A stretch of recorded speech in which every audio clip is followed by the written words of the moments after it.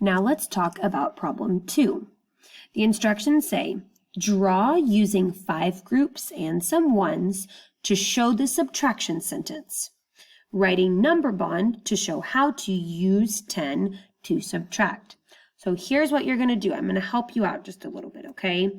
When you are solving this, I need you to tell me how you're going to break apart 13 with 10 and some ones. So think, if I were to break apart 13 and 10 is my part, what would my other part be? When you know that, I want you to write that as the number bond under 13. Then you'll draw your 13 circles and you'll take away 9. Please make sure that you write a number bond and you show me your 5 group drawings to show me how you take away. So show your number bond 10 and the other part to make 13 and your 5 group drawings when you take away 9.